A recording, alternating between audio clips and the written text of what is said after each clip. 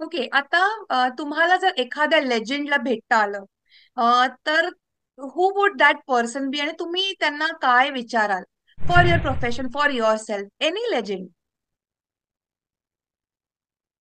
हे बघा, मला एका व्यक्तीला भेटायचंय माझ्या आयुष्यात मी मरायच्या आधी, ते म्हणजे माधुरी दीक्षित.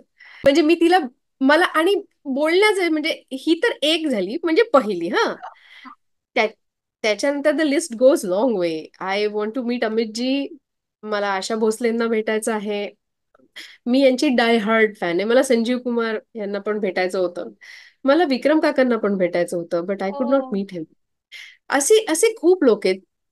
लेजंड म्हणजे समाजाच्या दृष्टीने लेजंड की माझ्या दृष्टीने लेजंड, हा पण एक प्रश्न आहे. मी मनातून पण खूप लोकांना मानते, अं, ज्यांना मला भेटायचंच आहे, ज्यांचं काम मला खूप आवडलंय. आणि त्याच्यात अगदी समवयस्क लोक पण आहेत. म्हणजे ते वयानीच असे मोठे असले पाहिजे असं काही नाही माझं. मला माझ्या वयाच्या पण खूप लोकांबरोबर काम करायचंय, ज्यांचं काम मला आवडलंय. माझ्या दृष्टीने ते लेजंड आहेत, कारण त्यांनी त्यांच्या त्यांच्या वयात ते प्रूव्ह केलं. सो पण माधुरी दीक्षित इज वन. मला मला फक्त आणि आठवण काढा.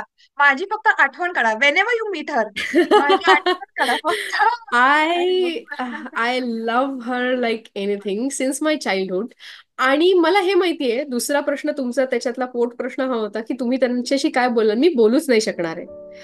I know I will not be able to speak a single word.